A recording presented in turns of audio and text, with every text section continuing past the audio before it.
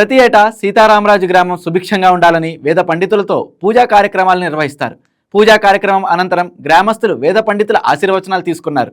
ఈ సందర్భంగా సీతారామరాజు మాట్లాడుతూ వేదాలు సమాజసేవ గ్రామ అభివృద్ధికి మూలమని, వారిని గౌరవించడం మన సాంప్రదాయమని అన్నారు.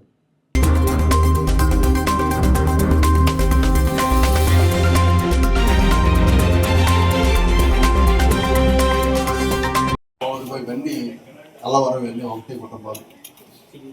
ఆ రోజుల్లో బ్రిటిష్ ప్రభుత్వం యొక్క సెంట్రల్ గవర్నమెంట్ పర్మిషన్ కూడా దక్కింది. కాలేజీలను కూడా నడిపిన వారి చేతులు అంటే వీరు లీడ్ చేసుకున్నారు. తాతలు అందరూ సమాజంలో ఒక్కరి వల్ల ఏది అవ్వదు.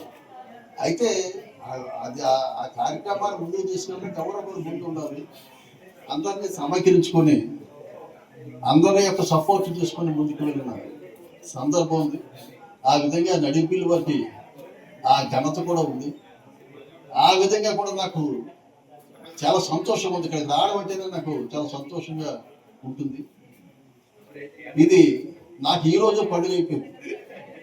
ఎందుకంటే మాకు 78 సంవత్సరాలు వచ్చాయి బట్టి ఎందుకంటే మాకు ఉత్సాహం ఉండదు.